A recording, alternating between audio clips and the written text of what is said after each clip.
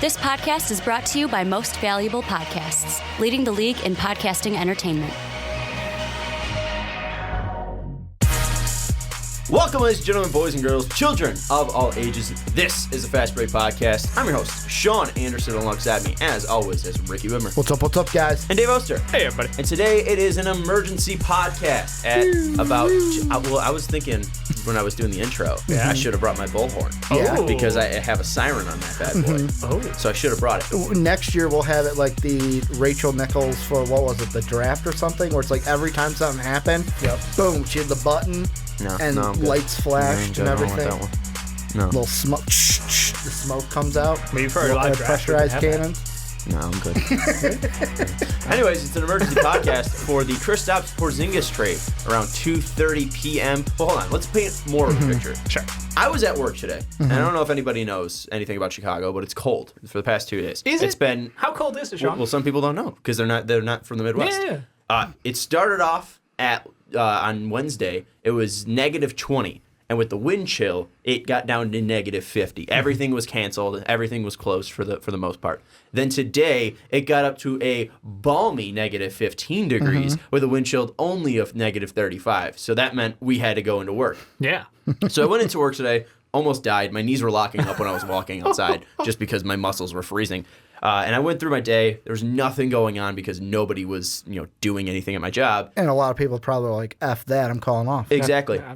But we end up going to lunch. And at lunch, I get a little visit from Woj saying Kristaps Porzingis has met with New York Knicks officials to discuss his plan and his fit. And then I get another visit after I'm done with lunch and says Kristaps Porzingis would like to be traded. He tells New York front office that he'd like to be traded. I'm like, all right, well, we'll have to see. I mean, he said this before with Phil Jackson. And then maybe 20 minutes later, not even 20 minutes later, at 2:30, get another visit. He's going to Dallas. So Dallas gets Kristaps Porzingis. New York is going to get Dennis Smith Jr. Before we get into the reactions, because that's what we're going to get to first, just the full trade. Dallas gets Kristaps Porzingis, Tim Hardaway Jr., Courtney Lee, Trey Burke, and then Dennis Smith goes to the Knicks along with Wes Matthews, DeAndre Jordan, and likely 2 first-round picks, and that likely is now confirmed according to Shams, who says draft compensation to New York in Kristaps' deal is 2 future first-round picks. Most likely that is going to be Woj just put out a tweet. 22, 24? 21, 23.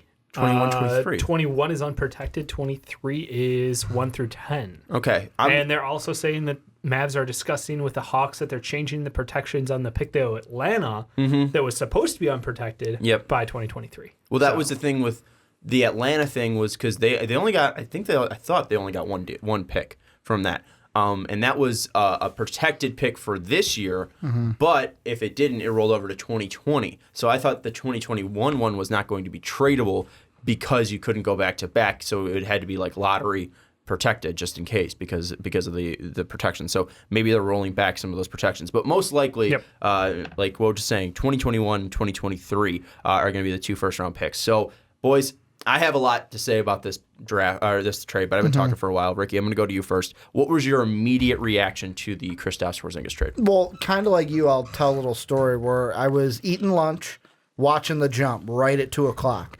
And after they get through their Anthony Davis talk, they're talking about Kristaps Porzingis and how he wants to be traded. And right after I finish lunch, it's like, okay, going to turn off the TV, going to go down and play some Kingdom Hearts. You text us, ba-ding, there we go. Kristaps has been traded. And my first initial thought was, based off of what the Knicks got, this is great for me, great for New York. You're going to open up 2 max salary spots for that team, potentially going to be buying out Wesley, going to potentially be buying out DeAndre Jordan. This, for the Knicks, is like, hey, if you don't want to be here, that's great. We're going to move on from you because we got stuff that we want to do, and his name is Kevin Durant. And now this kind of segues them into a push. Kevin Durant and who coming this offseason, hopefully for the Knicks, in free agency. Dave, what were your immediate thoughts? My immediate thought was, how lucky is this Luka kid? Like, he walks into town and he's like, all right, so your last year's first round pick, he doesn't jive so great with me. I love the guy, but it's not going to work out long term. So they move him, and they go get the freaking unicorn to add next to him. Poor Devin Booker's, just a couple 100 miles away, being like, "Can I get any help? Can anybody want to come play in Phoenix? Anybody want to do anything?" No. So Luka's lucky. That's amazing. And yeah, the New York thing, I think it's very boomer bust. They have, like Ricky said, the potential for 2 max contracts coming up, depending on their buyouts, and if they make any more moves prior to free agency. The other thing that I wonder is, like, what are the odds that they come out of this with, like, neither of those guys, and they just have to eat, like, B and C tier guys? Well, and that's the big thing that we'll get to after this. I just want to get, obviously your first reactions. And that's going to be the biggest thing that we're going to talk about is obviously the cap space that they have acquired. I think it's now up to $77 million. But I've pretty much seen 2 reactions so far. It's the pro Knicks camp and it's the anti-Knicks camp. On the pro side, you see things like Colin Cowherd, where I think he makes a fairly decent point. Best day for Knicks in over a decade, and fan base is complaining, You now have a future star in Kevin Knox, room for 2 free agent stars, and a shot at potential megastar Zion. Because again, they are still a terrible team. They just got rid of Kristaps, but they also got rid of Tim Hardaway Jr., who was their leading scorer, and Courtney Lee, who was a fine bench piece. And now they're going to buy out DeAndre Jordan. They're going to buy out Wesley Matthews, most likely, because they're both on 1-year deals. They can just ship them off, let them go, and their money's going to be off the books anyways at the end of the year. So that frees up that cap space and also allows you to tank more. Obviously, you got to be top 3, but at least you can keep your top 3 spot and maybe even just inch closer to that number 1 spot just because it's good looking. Also, you're still going to have higher chances to stay in the top 3 if you are at number 1. And then he goes on to finish, and you're unhappy. Did you really want to sign the brittle Porzingis to a max deal? Pass. That's a huge thing for the Knicks is Kristaps has been injured. He's been out for a year and a half pretty much now with this ACL tear, and we don't know how 7'3" monsters are going to come back from an ACL tear. It's pretty much new territory, seeing guys that big tear their ACL. And then the other part is just Knicks fans that are crushed because Kristaps was pretty much the franchise for the past 4 years now. Some people will argue Melo a little bit overlapping in 2015. But for the last, probably 3 good years, Kristaps has been the brightest part about the New York Knicks. And now you're dumping him for just cap. And now all of this is just dependent on if you can sign free agents. And I don't know if that's truly possible. I've obviously been a vocal person that's against the Knicks and against the Knicks signing free agents because I haven't seen it in my life happen, at least sign great stars. I think Allen Houston's been their best signing since I was alive. Amari Stoudemire would be up there. But those are pretty much the 2 that I've seen. And where has that gotten New York? Nowhere. That has not gotten New York to a fruitful, successful spot in my lifetime. The closest they got to anywhere like that was the Carmelo run from about 2010 to like 2013. That was the best New York Knicks years I've seen. And the thing that I look at with New York is there's 3 main reasons why people go to cities, to go to different teams and change teams in free agency. One is the players that they're playing with. Who are these free agents like Kevin Durant, Kawhi Leonard, Anthony Davis, in a couple of years, Kyrie Irving, Jimmy Butler? Who are they going to be playing with outside of the other free agents? Who's on this team that's drawing your attention? You just traded the biggest benchmark, the biggest piece in Kristaps Porzingis away. So now you have to play with Dennis Smith Jr., who was not going to make it on his Dallas team. There was, obviously fighting within the Mavericks and Dennis Smith about his role and about his future because he didn't fit with Luka Doncic. They moved on from him. You're going to be possibly playing with Zion Williamson, but what if you don't get Zion Williamson on June 23rd? You're stuck with RJ Barrett and or John Morant, and they're both great players, but they're not Zion Williamson type level players. Who are you playing with? There's no stars there, and it's just dependent on those 2 guys, 2 free agents, going and playing with each other. The other thing would be the coach. Fizdale's a fine coach. Fizdale, I think he's a good coach. I think he's probably, mid-level coach right now. He hasn't proved anything outside of that one run in Memphis for the playoffs. But he hasn't proved much. And you look at the biggest free agent last year in LeBron James, a guy who played for Fizdale, he didn't even take a meeting with New York. So what is this going to do? What does it say about the coach, about the guy who knew Fizdale the best, about not even taking a meeting with him? Well, and the last one would just be, the last one would be 3. I'm just laying it out there. Yeah. Setting the scene. Last one would be New York. I mean, obviously New York is a huge market. It's a huge mecca. And if you go to New York and win them the first championship since 1973, that would be massive. You would become the biggest star in New York, and that would mean so much for your personal wealth, more than any max contract could ever mean. But that is such a hard hill to climb if you're Kevin Durant, if you're Kawhi Leonard, if you're Jimmy Butler, or if you're Kyrie Irving. Or 2 of them, even if you get both of those guys, that is such a hard hill to climb. I don't know where I stand at this right now, but it's going to be a huge, huge offseason for New York. If I'm a Knicks fan right now, because I'm going to unpack everything you just laid out, I am nervously excited. And the reason being is, like Dave said, now it all depends on can you nail those free agents. And the things that I look at, I'm going to kind of go in reverse order of what you laid out. Number 1, New York, getting them their first title. Guys aren't even going to, like, if they think of that and they don't want to be there because of that, you don't want that player. You want that player that's going to be like, you know what? I'm so confident I'm going to come in here. We are going to win. We are going to get a championship. You don't want somebody that's going to be afraid of that moment. It's kind of like with me with the Bulls.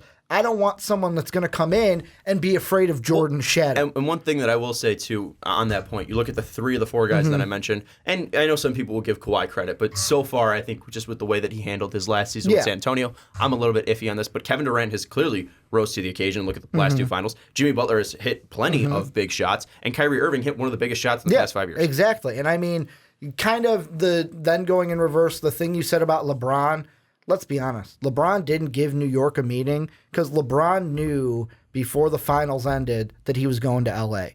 Like that to me was I'm not going to waste your time. What? I'm not wasting my time. I'm not going to waste your time.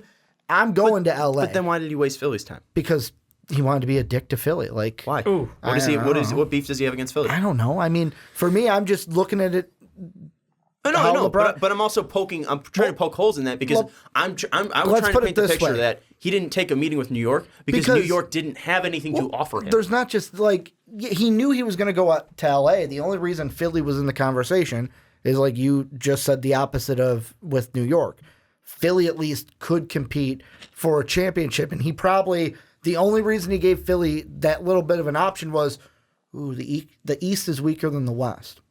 Would my road to the finals be easier? And that's the only reason they were into discussion. A little but part he two knew would probably he was going to L.A. Ben Simmons and Rich Paul's relationship as well. And that but too. I don't want to not mention that. And then the thing you said about Zion. Let's say they don't get Zion. If I'm KD and you get R.J. Barrett or you get John Morant or you get any top 5 pick, I'm fine with that because I'm not expecting those guys except for Zion to come out. And really, let's be honest, I don't know if a player like Kevin Durant would expect Zion Williamson to be at the level that he is at, and with the roster that you're looking at, where you're like, oh, who are you going to play with? You get to basically be like what LeBron James has been every year he was in Cleveland. What we're seeing now in LA. Hey, I'm coming with you. Me and you are going to be the max slots.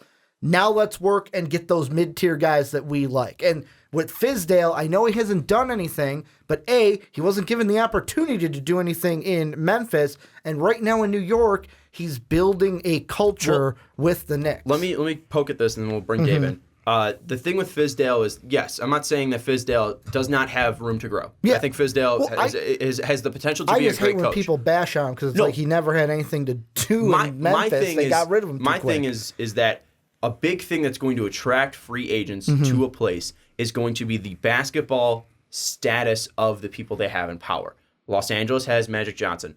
Los Angeles also has Jerry West. It was a big thing with Kevin Durant in going to Golden State was Jerry West's presence. You also look at Pat Riley out in Miami. Having him in the front office helped LeBron, D. Wade, and Chris Bosh come together. You look at Daryl Morey and his ability to play up and surround James Harden with pieces, that's a huge thing as well. You look at Sam Presti out in Oklahoma City, what he's been able to do with that roster and consistently overturn it, that gives you credentials. And then finally, Greg Popovich. I know he hasn't been able to at least bring in big free agent names, but San Antonio has become a brand name in sports, and there's no other sports teams there. There's no football team. There's no baseball team. They're the only sport out there, and they are a brand name. So he's turned a small market into something big, and everybody knows Pop. That's why he's the coach of the USA team, and he's been a part of that program for so long. He is a brand name. So having those names out there are huge. New York doesn't have that brand name. Fizdale has the ability to be a good coach. But right now, he is not at that level of a Jerry West, Greg Popovich. And the thing with the Lakers, too, I mean, I don't think Luke Walton's LeBron's boy, but having Magic Johnson there definitely helps, making that transition. But I mean, who's above David Fizdale? And that's the big problem with New York. That's what everyone knows. It's the thing that's probably going to prevent them from being as successful as they potentially could have been without Dolan there. Like it's the big holdup. And I think that's one of the biggest question marks I've got about this whole thing is, you talk about you could entrench yourself as like a legend in New York. There's so much potential for you to be there and to do these great things. But at the same time, you have to have faith that front office that has not been able to prove themselves to set you up for the best path to success. They've just made bad decision after bad decision after bad decision. Well, they got a new, I would say everything prior ownership to down. I'm saying everything up until from July 14th, 2017 and before. Yeah. Throw that all out the window, How? except for the How can you owner throw it out the part. window? Because with the GM, that's when they brought in Scott Perry to be their new GM. A big thing with New York is Dolan. That you cannot overlook He's a shadow over the Dolan's team. power and what he's lacked in ownership and lacked in at least vision The for this decisions team. made on the team, decisions made on personnel. Have just been horrible. Yep. So and also, how can you just put faith into someone who was hired by James Dolan? You can't put faith into Scott Perry. You can't put faith into Steve Mills because what have they done? You can't look at anything on this roster and be like, wow, look at what Scott Perry's been able to do for the New York Knicks. I haven't looked at a single move. Yes, Noah Vonleh's been a very good pickup. Mitchell Robinson's been a very good pickup, but at bench, those guys are bench pieces. And maybe Mitchell Robinson can grow into a little bit more, but I'm not entirely sure. And Kevin Knox was a good pick, but also you had 9 other guys go before you. So the crop of players to pick at that point was getting pretty thin. Last year in that mock draft, we didn't have them dropping past the Knicks, I don't believe. So again, I haven't seen any moves from Scott Perry, and this is probably his biggest move so far. Absolutely. That has given me full faith into him. So again, I'm not saying this is a bad move for the Knicks, but he has to hit this year, and that's going to be a tough thing to do when you don't have a lot to sell outside of the city you play in. Because again, you can go to Los Angeles. Both teams are in better spots with Jerry West and Magic Johnson, and you don't have to deal with the cold. You can play in beautiful, sunny LA in the Staples Center, 41 games every single season. What is drawing people to New York outside of the fact that it's New York City? Well, and that's it. That is the biggest selling piece is that A, it's New York City. B, if you're the one and I'm focusing on Kevin Durant because that's going to be their target. Yeah, of course. You're talking about legacy, right? Right now, he's going to have the same amount of titles after this year if the Warriors win as LeBron. When the Warriors win. So he won't have to worry about chasing LeBron. Okay. On your legacy, what is going to put you over the map with LeBron? Because I know KD's thinking about it. He might say he's not, but he is. If you go to New York and win a title with the Knicks before LeBron wins one with the Lakers. And how bad does that make LeBron look then? That would be the only selling point that I could personally see. But here's the thing. That is such a tough task to ask Kevin Durant.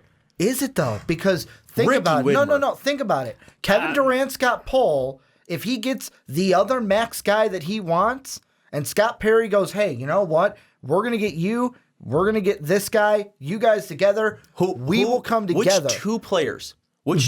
So Kevin Durant and which other player is going to win a championship in New York with that roster? Well, and no, here's the thing. You could be KD Kawhi. It could be KD Kyrie. I don't really see working right now because you just traded for Dennis Smith Jr. and I like and Kyrie's going Dennis to Smith LA. Jr. No, yeah, exactly. But I mean, you look at he could still stay in Boston. Let's be honest. But I'm just saying KD and whatever max guy KD likes to play with them. All right, I am going to then target, kind of like what LeBron and Magic are doing, let's target the guys that you want.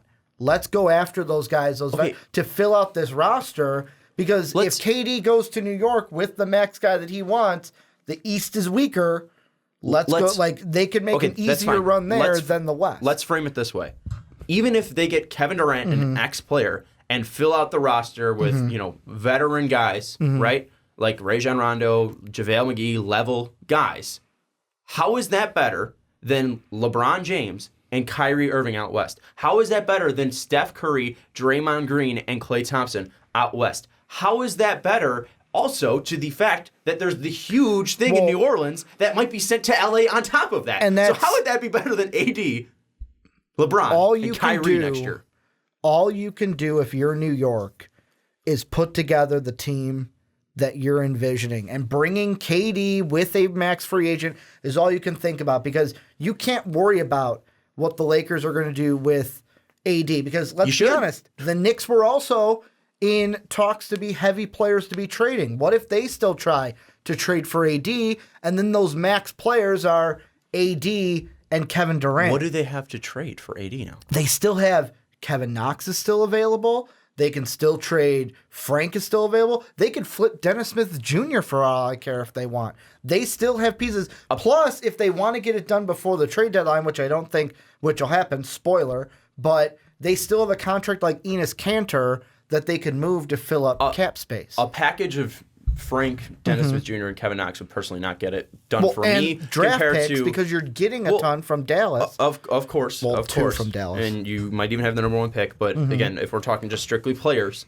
I mean, that package does not beat a possible Jason Tatum package from Boston if this carries into the offseason. And this doesn't beat a possible Lonzo, Kuzma, and I think it was Ingram package from Los Angeles. Lonzo would not be going. But the package that was proposed today was that it was going to be those guys, and then they would just have to move Lonzo, or Lonzo would have to wait it out for the year and just be traded. And we're getting off this. We're moving away. I'm just saying. I'm not saying that's beating it, but if I'm the Knicks, you're going to set your plan, and all you got to do is worry about executing it. But my thing is that is just such a huge wall to climb, is it not, Dave?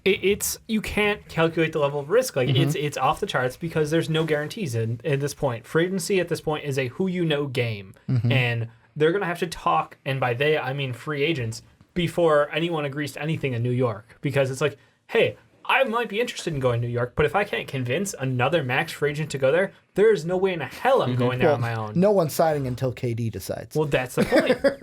And KD won't decide until Clay or Draymond decide. Well, all these guys talk, and I think that's the thing, is that unless two of them decide, yes, we're both good, we're both going to go there, and we're going to play with Kevin Knox, Dennis Smith Jr., and whatever top draft pick is still there, if they still have the pick, like, that's what it's going to be. And I think that's asking a lot, because we've seen a lot of times when there's teams with max money out there and they're not able to land anything, and you just walk away with a bunch of B and C tier players, and that's like, you might end up just eating some short-term contracts and be like, well, let's roll the dice again the next year, let's try again. And that's what I'm afraid of. I think that New York would be awesome, and it would be great to have top level talent back in New York, but the odds are just so monumental. And I don't want to take down New York, and I don't want people to think that I hate New York at all. I mean, but you do. I know. I don't hate. I've never been to New York. Stinking I Bulls don't fan. know a ton. I'm a huge Bulls homer. I was thinking though, if I did have to pick a team gun to my head, it's either between Denver or Dallas right now. Yeah. That besides the point. It's Denver. To break it down, at least just to look at if any of these guys would sign. We're talking about KD. Let's start with KD first. We're looking at what he can possibly gain from New York, and the only thing would be winning that title for New York, right? But he's not from New York. Yeah. So what does that mean to him? He's not from that. I mean, he's from Washington D.C., but he's not a Knicks guy. And then here's the other thing too: is the market of New York. The fact that I think the rumor was if LeBron James went to New York last year, he could make $1 billion. Right? Look at where they're now moving. They're moving to San Francisco, which is not the market that New York is at all. New York is the number one market for sure and clear. San Francisco is still a top 5 market. They're moving to a better market. They're setting him up now to one of the biggest tech industries, booming tech industries in the United States. And you're also in a beautiful place in San Francisco where it's warm all the time. Like, what are the upsides to New York outside of the fact that you possibly could make $1 billion? But that's also LeBron we're talking about and not KD, who's still below KD. I don't know where he's getting sold there. And if you want to get rings, your best option is staying in San Francisco with the Warriors and getting the max money. Then with Kyrie, you can get the max money in Boston as well. And you possibly have the ability to bring in AD, who you're close with.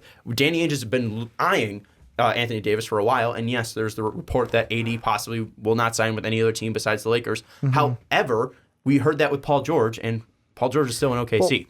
The other thing would be, I think that LA is more intriguing to Kyrie than Boston is, because obviously him and LeBron have kind of stayed close. Then we'll go back to Kawhi in Toronto. I think Toronto has made themselves a great impression on Kawhi. I think he still has Los Angeles on his mind. What tie does he have to New York? And then you have probably Klay Thompson out there, and then you're just getting back into the B and C level guys.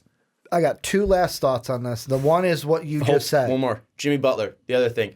That's the one wild card. He is to a me. wild card. But I still think he might take the max money in Philadelphia. Here, two things. Number one, to go off of what you just said, yes, you will have to, and I'm looking just at KD, you're going to have to compete with the Warriors if you're the Knicks. But the thing, if I am selling, if I am the Knicks, yes, if you just want to win championships and you just want to add those to your legacy, go to the Warriors. That's going to be your best bet. But if you want to do something that nobody else has done and put that stamp on your legacy, win a championship in New York, and for KD, it's not home, but it's closer to home than San Francisco is, that's what I would sell him on. Would it bring him here? I don't know. I'm not KD. Number two, though, with Scott Perry, the Frank draft pick, this doesn't count because he got hired after the 2017 draft, but if you look at his past draft classes, when he was in Orlando, which he was the assistant GM, Victor Oladipo, Aaron Gordon, Alfred Payton. No, he was with the Magic. Then in April of 2017, signed with the Kings. That July went to the Knicks. So he was never really with the Kings, maybe for their draft planning, but then went to the Knicks in that July. But you got Vic, Aaron Gordon, Alfred Payton, Mario Hezonja were the big draft picks that he had. 2 out of 4. And 2 out of 4 is still good. I'll take 75%. And only one worked in the place he drafted. And the one that he had this year in New York, Kevin Knox, is working out pretty good, I would say. But that was my other thing, too, is that Kevin Knox pretty much fell to him. Like, if you didn't pick Kevin Knox at that point, you're an idiot. I mean, yeah, but I'm not saying that he's an idiot. I'm just saying. He still had he could have been the Clippers and took Jerome Robinson. And he wasn't an idiot, and he didn't do that. Yeah. I just want my thing though with the Knicks thing and KD is just like, and you were talking about the legacy part of that. Even if he goes to New York, it's not a guarantee that he wins. Oh, it's not. Like, I mean, but if you're KD, you got to believe that I am going to win and I'm going to bring this guy with me. Yeah, if he can't bring this guy with him, he's not going to win because the East is so stacked. And I don't care what people say about the But that East. part's on KD. You still have Boston. You still have the Raptors. Those two teams are going to be there. Don't discount Indiana. Indiana is lost without Vic. So next year. But that's next year. Yeah, so next year, they're in good position again. I think that I think the East is absolutely going to be competitive at the top. You still have the Sixers. If they can add in some depth out there, scary shit. But what so if they lose Jimmy? They lose Jimmy. That means they can sign somebody else. But that's my other thing. Would just be then at worst, going back to that whole X player. This is why they won't sign here. If Jimmy does sign there, then you're stuck with you're probably going to at best get Jimmy Butler and Klay Thompson. But I still don't see a reason why Klay Thompson would go to New York. None. Let's get final thoughts on New York's side of this because we still have Dallas to talk about, and I love Dallas' side of this. I'll say for my last thought on New York is at least it's a move in a direction. They've picked a direction. They're done with the stuck in indecision land. I think Kristaps Porzingis and the front office have clashed enough times where it's just, even though you may think he's the greatest thing, he's the unicorn, he's everything, he was awesome. You have to move on at some point. You need to clear the air. You need to pick a new direction for the franchise. And I think that having the confidence to go with a Kevin Knox, their draft pick this year, and go top heavy into free agency and say, we know there's other teams with max money available, but we're going to go out there and we're going to get 2 guys and we're going to do this and we're going to compete in the East next year. Like, that takes some balls to do. So I will give their front office credit for at least choosing a direction at this point. And they got back some assets, obviously in Dennis Smith Jr. and in those 2 draft picks. So I'm happy for them for that. I don't know what the chances are that they will land on the free agency, but I'm at least happy that they've made a move forward. Scott Perry, the ball's in your court, bud. Like, you got to, as a New York Knicks general manager, we know the goal. You know the goal. It's sign KD or bust at this point. Can you do it? That's what it comes down to. Can he do it and get KD to bring someone with him? Well, it's not only that, Ricky, because first off, he's going to have to deal with 14%. He has a 14% odd to land Zion Williamson. If he doesn't, it's going to make his job even much harder than it already is. And you already have to convince 2 of the top 4 free agents to come to your city. And you're going to be able to offer less money. you are going to have to sell them on a team that hasn't won since 1973. You're going to have to sell them on a coach that is generally inexperienced. Yes, he has had great experience as an assistant coach. He has made the playoffs once, but generally he has been inexperienced. 2 of his 3 seasons have not been in the playoffs. He got fired midway through the season last year. So you're going to have to sell him on a coach that is not great. You're going to have to sell him on one of the worst, if not the worst owner in the NBA. I think you'd be hard struck to find a worse owner than James Dolan. So you're going to have to bank on that 14% to win. I mean, the Clippers got a new owner, so I mean, I can't say that. That was years ago. Reinsdorf? Reinsdorf's pretty well, fucking Reinsdorf We've had is just... success is the problem. Like, we've had mid-tier success. Jerry's You've had just too much absent, success. and it's all Michael now. The thing with that, though, is you're going to have to sell him on a shitty owner. Then you're just stuck on that 14%. Because if you do not get Zion Williamson, that's going to make your job harder because he is a guy that can transcend this whole thing. He's a guy that's pro-ready. He's a guy that can step into the pressure of New York and put up. He can step into playing with 2 stars and put up. I don't know if R.J. Barrett's going to do that because he's going to need to be a guy who plays with the ball in his hands. And if you're playing with 2 stars, he's not going to be able to do that. See, this is the thing. You keep talking, and then I add one more thing. Let's say they don't get Zion. They don't get They're the number fucked. 1 pick. That's what I'm trying to say. They're not, because what if they work a deal before Boston can with the Pelicans, and the Pelicans get the guy they want it too? Could it happen? Yeah, there's about a 1% chance that could happen. I'm not throwing up the 0. There's a chance that could happen with Kevin Knox. With this, there's always a chance. Here's my thing: is then Boston can say, "We will give you all 5 of our first-round picks, or whatever they have." Right now they have Sacramento's. Right now they have Los Angeles Clippers, and then they have their own. So right now they have 3 picks, and that's at 18, that's at 23, and that's at tied for 13 right now for Sacramento. Right? You could say, take all these picks and trade them. Trade them up. Go give them to Atlanta, who Atlanta really doesn't need a star right now, and you're probably not going to get stars. Go and trade back. Or go find a team that wants to move back and have 3 picks to add depth to this team.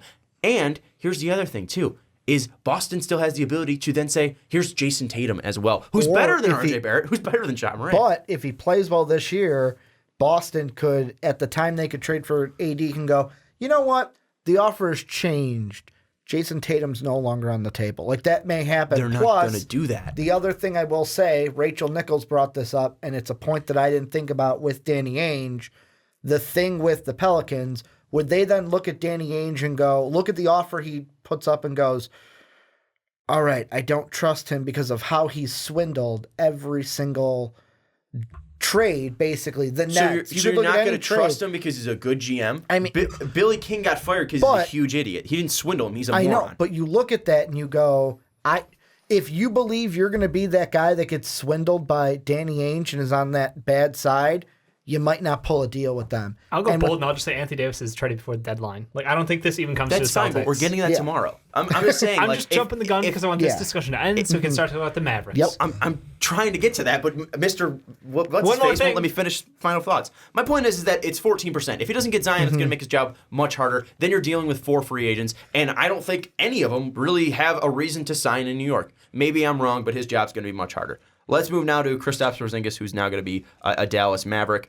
Looking at this, I do want to point out, now, if you look at that 2015 NBA draft, number 1 pick, Karl-Anthony Towns, stayed in Minnesota. Number 2 pick, D'Angelo Russell, is now in Brooklyn after being selected by the Los Angeles Lakers. Jahlil Okafor, selected by the Philadelphia 76ers, has now went to the Brooklyn Nets, who now went to the New Orleans Pelicans. You look at the number 4 player, Kristaps Porzingis, went from the New York Knicks to the Dallas Mavericks. And then 5, Mario Hezonja went from the Magic to the Knicks. These guys cannot stay in place. And I don't think any of them are not talented, maybe outside of Hezonja. I just find it crazy that you look at this top 5, and these guys have not been able to find homes. Ricky, what I will ask you is, why do you think Kristaps wasn't able to find a home in New York? And we'll keep has he found a home in Dallas off for a little bit? We'll sidebar it. Why hasn't he been able to find a home so far, and especially in New York? I don't think it has to do with Kristaps Porzingis. It has to do with the Knicks, because when the Knicks drafted him, that was still Phil Jackson. That was still, and this is the thing that kind of confuses me, but I understand it, because just because you hated the guy coming in doesn't mean you can't fall in love with him. But think about the range of emotions that Knicks fans have had with Kristaps. He's drafted, they hate him. He plays, they love him. Now he's traded, they hate him. Hate, love, hate. It's been like kind of on all sides of it. But with Kristaps, I just think he was looking at it and went, hey, since I've been drafted, this organization has not known where they're going to go. And it's great. Like Dave said, you've picked a direction, but I got to look out what's best for me. And I don't fit your timeline. That's what I think it might have come down to is I don't fit your timeline. And who knows? Does a Kevin Durant want to come play? And I'm not saying this is his head. This is not me talking. Mm-hmm. Does a Kevin Durant want to play with a hobbled Porzingis? Where Porzingis probably just said, hey, what would be good for us is just give me a new scenery that I can go to.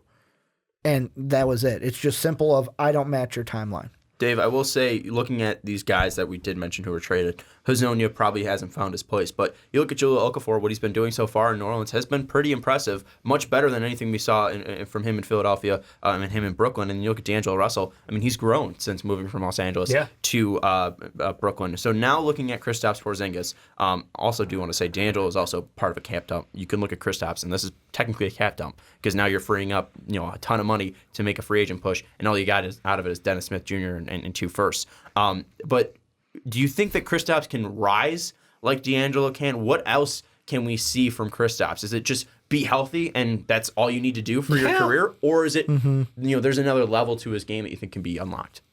I would be surprised if he didn't get a little bit better just because of his age. And if he gets more healthy years under his belt, he can obviously build out his toolkit a little bit further. But he was already a dynamic player. He's 7'3", aggressive in the low post. He has an intensity in anytime they're in a breakaway situation. Like, he just runs the floor so well for a 7'3" guy.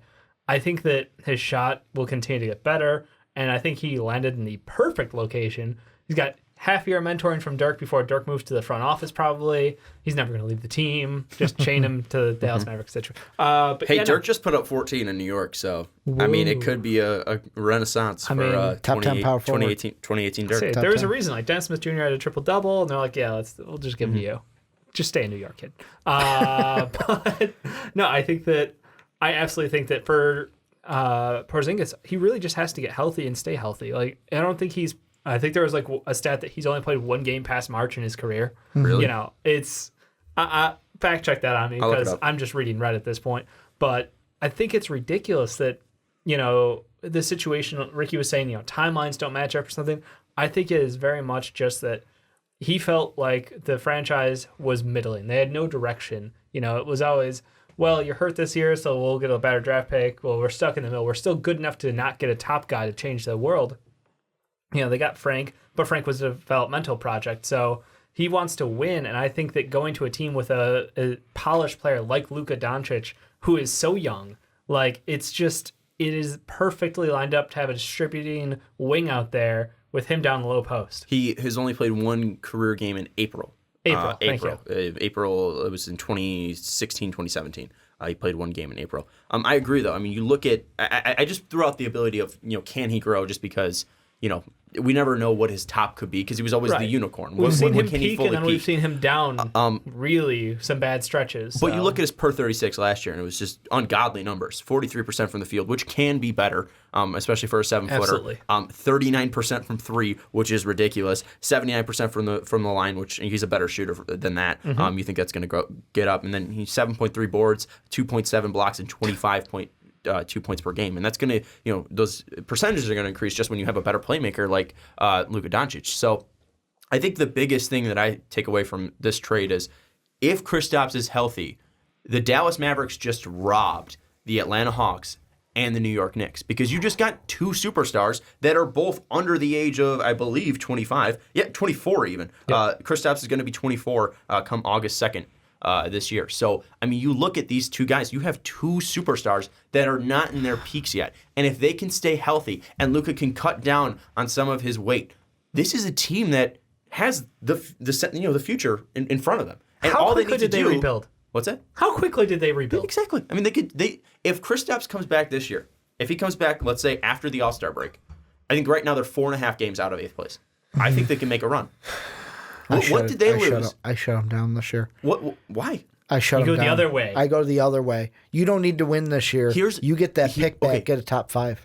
Here's the thing that I would say with this is that he is frustrated in not playing and not being a part of this Knicks team. I would rather keep Kristaps Porzingis and just get rid of the top 5 pick. I don't care. Because I have Kristaps Porzingis and I have Luka Doncic. But and if those two can work together, that's more important. Kristaps has already said that he's going to sign the qualifying offer. No, hold on. He took it back? Okay. Yeah, I saw one report from Shams, and Shams has not deleted that. Yeah. So I don't know what Woj that exactly overwrote it is. in my mind. So right now, I don't know what his plan is. So if I'm the Mavericks and he's not sure and certain on staying, here's the thing: is if he signs the qualifying offer, he's going to be a Maverick for another year. Yeah. But then he's going to be an unrestricted free agent, right? Yeah. If he doesn't resign, Mavs can match any offer that's thrown at him, which is probably better for the Mavs because they lock him up. Yeah. But if he signs a qualifying offer, then that means they can go after a big market free agent this year. Because you have Exactly. Luka on a rookie deal, you have Kristaps on that qualifying offer that's very small, and then you just got rid of DeAndre Jordan's $24 million. You got rid of Wesley Matthews; those are going to be off the books anyways. And you look at Courtney Lee's contract, and it's $12 million. I think Tim Hardaway's $18 million. There's nothing exorbitant on that salary sheet for the Mavs. I feel like it's in the same. Kristaps is going to be this offseason in the same vein of Zach LaVine, where Zach LaVine last year for us as Bulls fans, not you, Dave and I. Thank you for clarifying. Well, I say it and then they'll get confused thinking you're a Bulls fan. But I should get a shirt that says not a Bulls fan. Hashtag not a Bulls fan. But same thing where Zach LaVine, he played last year, but he was injured, coming off of an injury. And we were unsure until the Kings were like, here you go. And the Bulls were like, fuck, now we got to give him his money. Some team might do that. Some team that has cap space might say, hey, let's just throw an offer at him. And then the Mavericks have to match it. Like, That'd be terrible. If I'm Kristaps, no, I'm not saying it's terrible, but like, if I'm Kristaps, that's what I'm doing. Like, let a team offer you something to get the most money out of it. Because then no matter what team you're going to be getting money. And as for the draft pick... and I agree with that you should get the most money, especially with your injury history. I'm not disagreeing with that. That's why I was shocked that the mention was just going to say qualifying offer. Exactly. Draft pick, though. The draft pick, though, I'm on the other side. Like, yes, I know it's intriguing to a fan base. Let's play for the 8 seed. But let's be honest. Is this roster going to beat the Warriors? No, it's not about that, though. But yes, it is to me. Because if I'm just going to go to the playoffs to lose to the Warriors and get a 15th or like in that late teens, below 15 basically pick, why? I'll go and play for, and of course I wouldn't be them, it'd be Atlanta that gets it, but I'll go the other direction because right now, as of today, they're at 11th, 13 and a half games back from the number 1 pick. They're 3.5 out of 7th. So with the tank, if you embrace it, you can get to 7, which increases your odds even of getting a top 5 pick, which top 5, you get it back. I'm not saying go for number 1. Even if you get 5 and can get one of those top 5 guys to add to Luka, to add to a Kristaps Porzingis, that would be better for you than to make the playoffs and then get a guy like, 14 or 15 and below? I think there's 2 directions. Obviously, it's because we talked about the drop off. You can either shoot for the playoffs or you can either go for the draft pick. Mm-hmm. What if you just help the Hawks though? What if you get screwed out of the lottery? And you get it's 6 a risk. or 7. It's a risk I'm willing to take. But why? What does this team need right now from the draft that they do not have? Because the Hawks answer that. Why can't they get that in free agency? Well, you're still stuck with Harrison Barnes' contract. So, after a year. Well, that's the thing. Yeah, you've got Hardaway Jr. has a trade kicker on his, so he'll be up to like $20 million now. Plus Harrison Barnes, obviously. So like Barnes will be up after the next season. Yeah. He has a player option, but there's no way he's not taking it. Yeah, I know. So I think that's the thing is like you're stuck waiting a couple of years. I think I'm honestly on your side is just go for the playoffs. Luka Doncic could lead a team to the playoffs his rookie year. Or that is something special in itself right there. The experience that he would get for the whole team. And here's the other thing. It's Dirk's last year. Yeah. Go for it. You have a revitalized team in Dallas. You have Luka Doncic, the most exciting rookie, an all-star snub apparently because he didn't make the reserves. Neither did Tobias Harris as well. Clay did, which Clay's been like the coldest and hottest person at the same time. Yeah, he's still a warrior. LaMarcus did too. That's besides the point. You have one of the most brilliant rookies I've ever seen right now. You have Dirk Nowitzki on his last legs. You have Kristaps Porzingis. This is a revitalized team right now. They haven't been this good since 2011 when they won the championship. Go for it. What are you missing out on? Because, yes, you can play for that top 5 pick, but you just need to win in the lottery. You need to have you need to be a bottom 3 team. And then having that run in the beginning of the season and then having that letdown is just going to be horrible. And then what if that just means Kristaps takes that 1-year qualifying offer? That's great, but it doesn't mean he's going to sign the next year then. I think you need to sell him on what you can do. And what Kristaps has been doing for the past 4 years has been losing. Go out and win. Go out and show him what the playoffs are like. Get him to a spot, or at least try to get him to a spot that he's never been before. He's been at the bottom of the lottery before, and guess what? He didn't like it. He demanded a trade. That's my thought. You have 2 guys that can be superstars, and Kristaps Porzingis and Luka Doncic. One of them, in my opinion, is already a superstar, and if one of them could stay healthy, he's a superstar as well. Go out and just play, and just be a great team, because Rick Carlisle can coach. This team can play. This team has a great bench. And now you just got rid of Dennis Smith Jr., who I think actually might improve this team because he's going to take the ball away less from Luka, and Luka's going to ball handle more, which I think is going to be better for this offense. Go out and just go for it. There's nothing to lose outside of the possibility of maybe having a top 5 pick.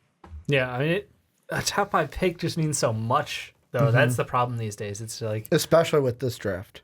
Well, it's their only option. Like, if you don't get top 5, you don't get a player. But I'm also saying, like, I know that they wouldn't get it back, but like we've talked about in our mock drafts, how there's a fall, there's a cliff to where I know, like I said, they don't get it back. But it comes. Here's the bigger question with it: do you want a top 5 pick this year, or do you want your draft pick back in 2021? Because trade away the 2021. Okay, you keep the 2020. Then the 2020 would be. Do you want that pick, the or do you want a top 5 2023 are going to New York? Do you want any of the top 5 this year, or do you just want your pick back next year? Yeah, that's a question. I don't know what player is going to add to my team the that I don't problem already is the have. age grouping and the contracts. Like, that's the only reason I look at the draft is because you've got a 19-year-old in Luka, you've got a 23-year-old in Kristaps. Yeah. And it's like, if that's your core, that's fine. But those 2 guys are still very early. Kristaps, like you said, is either going to get $145 million or he's going to get $5 million and then get whatever the people are going to give him based on his injuries and based on what he can produce.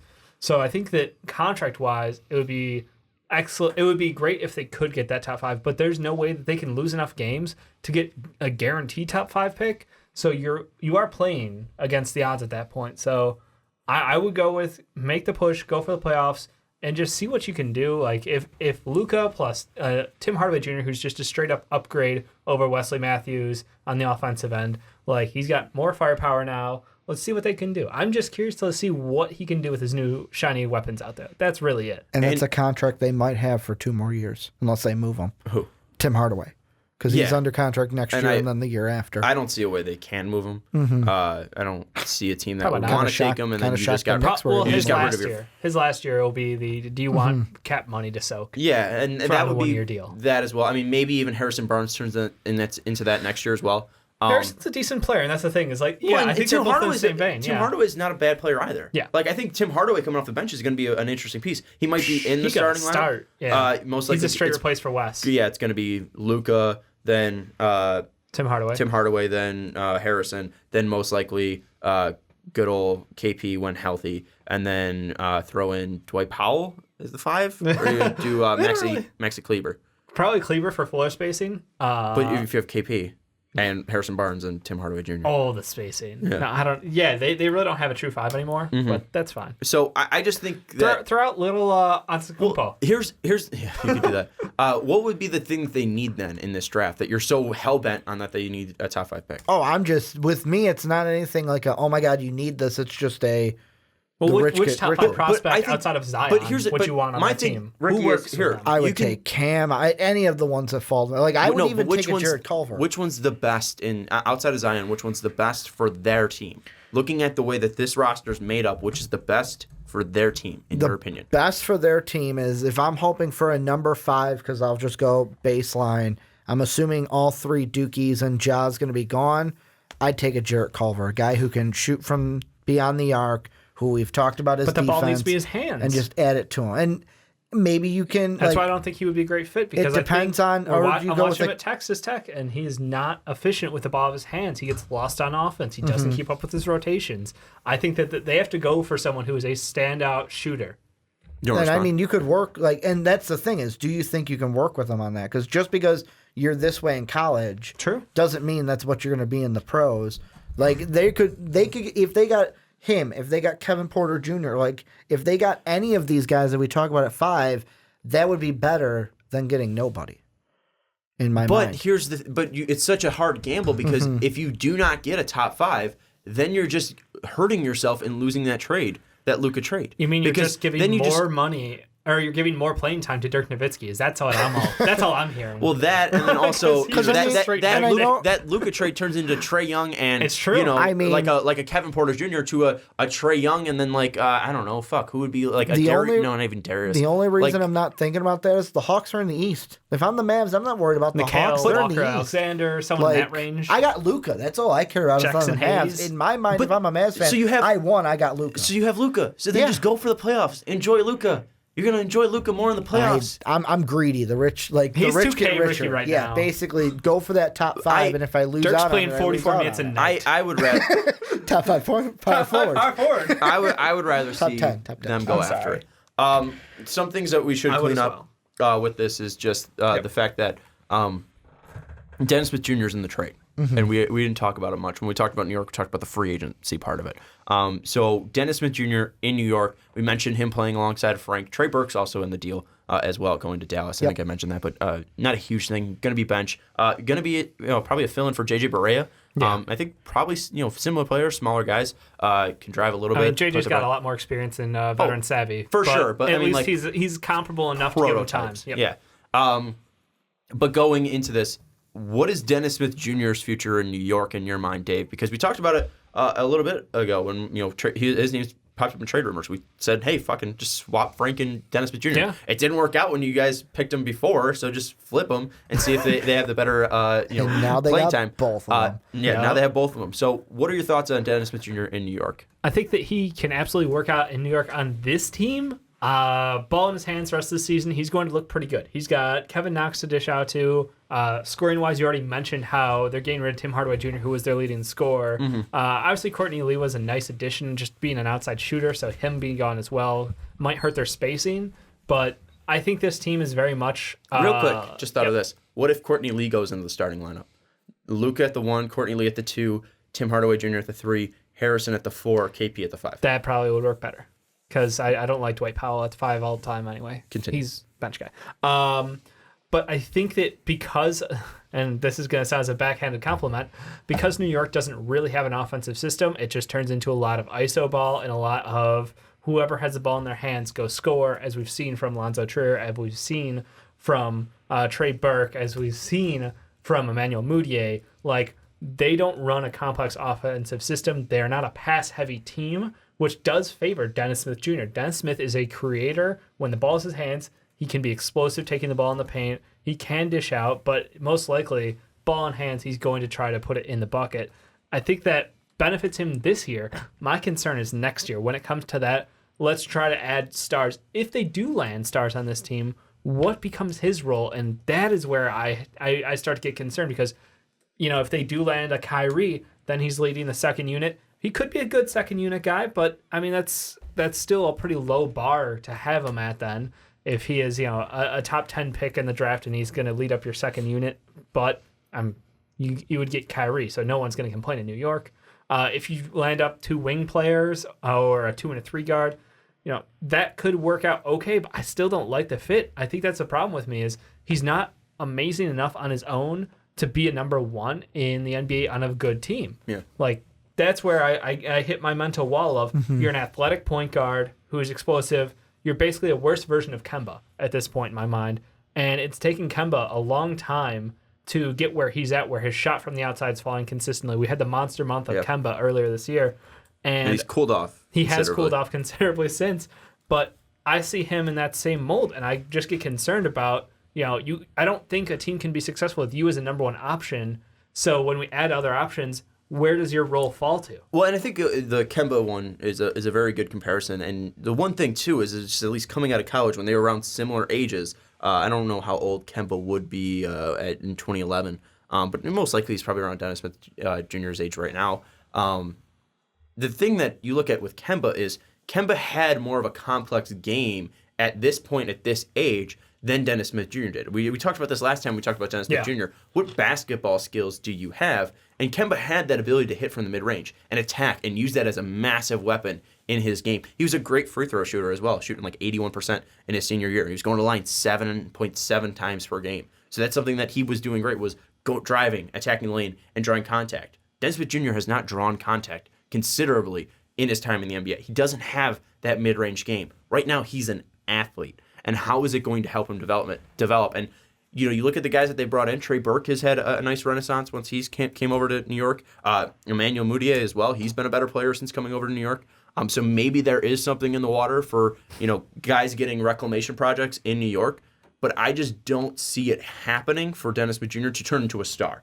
Now, I think he could be a very good player, but I don't know if he's ever going to be anything outside of a six-man. Because I don't know where he would fit in a starting lineup per se, because he's not going to be a deadly shooter from the outside. He's not going to be a great defender like Frank is. He's not going to be a guy that can distribute the ball like, let's say, Alonzo Ball can. He's just going to be a guy that can possibly put up points for you. But if you're getting a Kevin Durant and pairing that with, let's say, a Jimmy Butler, so you don't have positional overlap, and you have a Zion Williamson as well, well, then you have Dennis Smith as your fourth option, which sounds great, but how is he going to work in an offense? So that's my biggest question, Ricky. Let's say they get all this stuff. Let's say they get Kevin Durant. Let's say they get, Jimmy Butler. They get Zion Williamson. How would Dennis Smith fit in with the stars that Dave's bringing up? I think that if you're thinking about free agents, I don't want to say that it's impossible because anything is possible. Yeah. Kevin Garnett. I got Durant on the mind. Taught me that anything is possible. Anything is possible, even though he screwed up that line. But I kind of want to say Kyrie to the Knicks is off. That's off the table because anything like if you're going to get Kyrie, you'd be stupid to say no to that.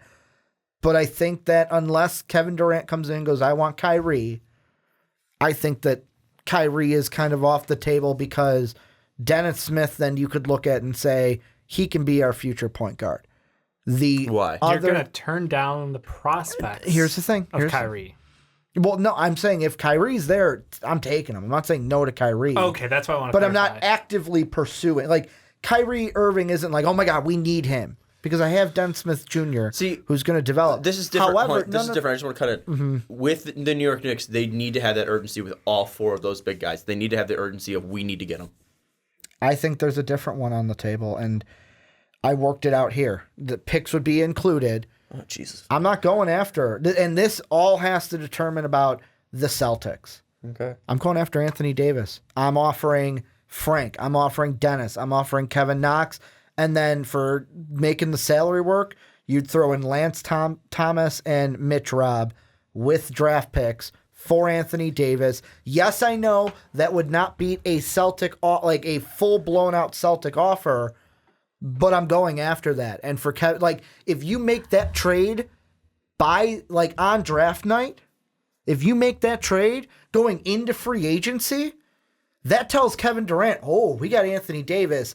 And that shakes up free agency. I'm not saying it's going to happen, but if they get the number one pick and they go, you know what, Zion's great, but he's still a rookie. We're going to get AD. And they throw the Zion pick in there. Then New Orleans gets a guy like Zion to carry give their franchise some hope. They've got something to believe in with Zion. That's why when we were talking about the Knicks, I kept bringing up 14%. Yeah. Because what if you don't get the number one pick? Then you're not getting Zion, and then that means less hope to New Orleans, and it makes your package less. I still think with a top 3 pick, you could still make it enticing, a package enticing to the Pelicans, because I think Zion will work. I think, well, maybe not Ja because they got Drew Holiday, but I think RJ Barrett could work there. The 3 pick, if they got the 3, that would be like, okay, now you really got to sweeten that pot. Drew likes to play off ball, so I don't think him and Morant would be the worst combination. Then you throw in RJ, Ja, and Zion. Though any of those three then could work in New Orleans, plus future picks as well. I don't. And then if you get AD, he's already said it's his agent, and she's saying kind of garbage, but like going to play in LA in 2020. Are you willing to bet that you can lock him down long term for that package? I've got him for 2 more years after this. If I bring in Kevin Durant and they win games, that could change everything. Go back to the Lakers, go back to PG-13. They did not trade for him. He was happy in the Thunder, didn't even give the Magic that option. The Knicks could be the same thing with AD. I agree with that because we're seeing the same thing with Kawhi, at least for that part. I'm not buying this whole AD's only signing with LA garbage, and we'll get to that tomorrow. However, this is nice to talk about what ifs. Yeah. All right? Let's talk about the what ifs if everything goes wrong. All right? What if they do make that trade for AD, right? They bring AD, they trade away their 3 young players, and Well, they would have to. let's say Zion Williamson. So they trade away Zion Williamson, Frank, Dennis Smith Jr., and Kevin Knox for Anthony Davis, right? What if Kevin Durant is more interested in just winning a ring automatically and staying in Golden State? What if Kyrie Irving's more partial to the money in Boston? What if Kawhi Leonard really likes the way Toronto's going and doesn't have to change his address, doesn't have to do anything, and will still be the best team in the Eastern Conference? And then what if Jimmy Butler still looks at this young team full of Joel Embiid and Ben Simmons and just says, I want to continue here. I've been changing so much. I want to build a legacy somewhere. And then you're just stuck with AD only. And then AD leaves. That would be the worst stretch of moves that I've ever seen from a franchise. You trade Kristaps Porzingis, and you are left with nothing. So I just want to say that would be a possibility. Because then you're also trading everything that you're most likely trading those picks away from Dallas that you got as well in that trade. You're left with nothing. That's how people just stop being fans in New York, and they move across the river and go to Brooklyn. I mean, there'd still be fans. What's that? There'd still be fans. There would still be people. I mean, I've seen people today burning Kristaps jerseys, which is stupid. But they're just those people are I'm idiots. just saying, people burning Kristaps jerseys. I've seen people just say like their heart's broken. Like Knicks fans consistently have gotten beaten up, and if you give them the hope of getting Anthony Davis and then flop on everything else, the worst moves that you've ever seen, and then you just ruined a franchise in 2 years. There's 2 ways to play this. You can be conservative, you can be aggressive. The only way you're getting KD is if you go aggressive. No, I'm not saying 100% aggressive, but you got to go aggressive. You can't be conservative. And I'm not saying that you shouldn't be aggressive. I'm just laying that out as a Potential possibility.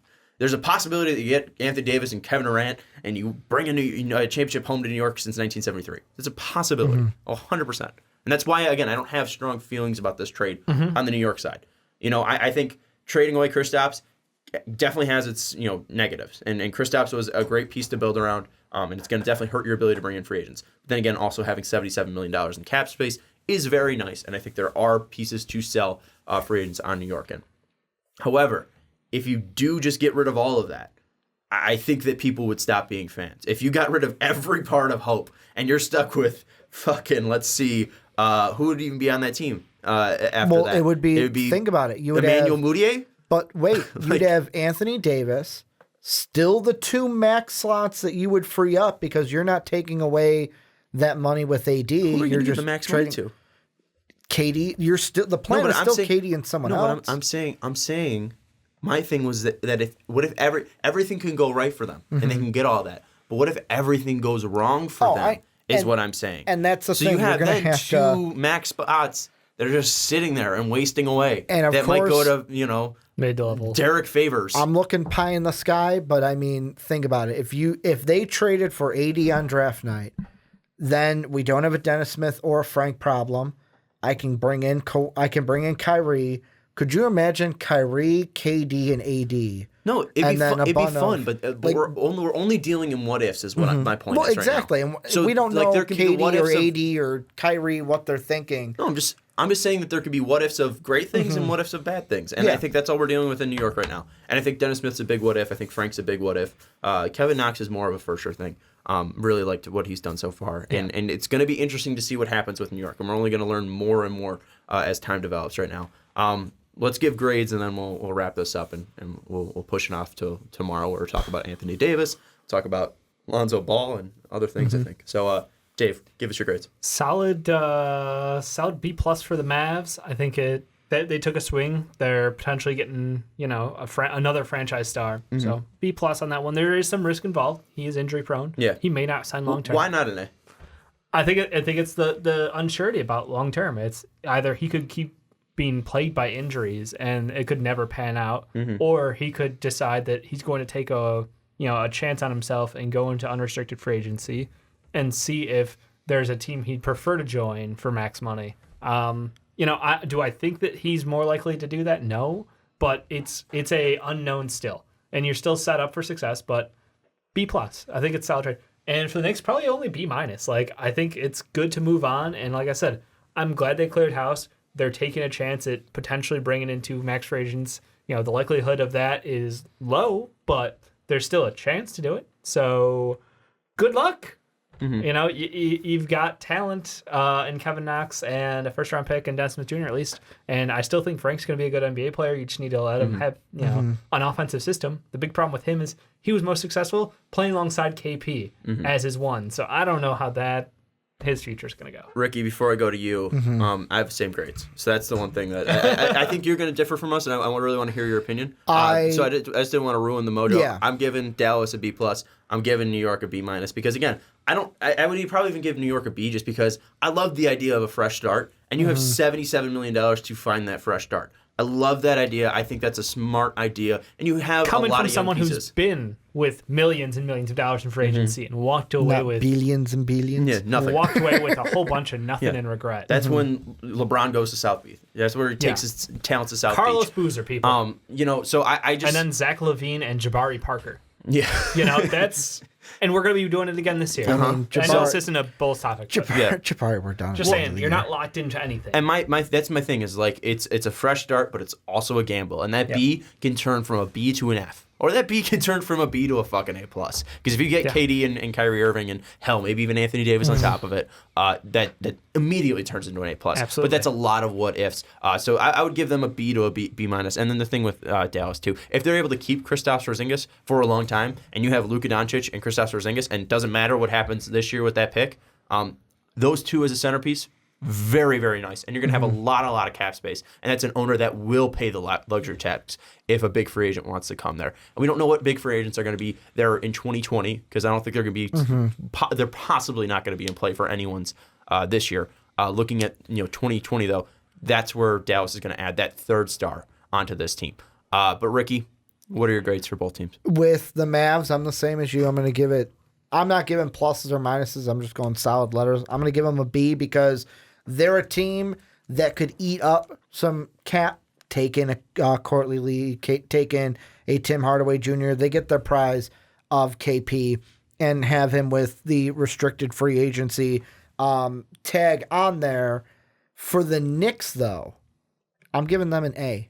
And the reason being, they get rid of the big contract in Tim Hardaway Jr. They get rid of another bigger contract in Courtney Lee.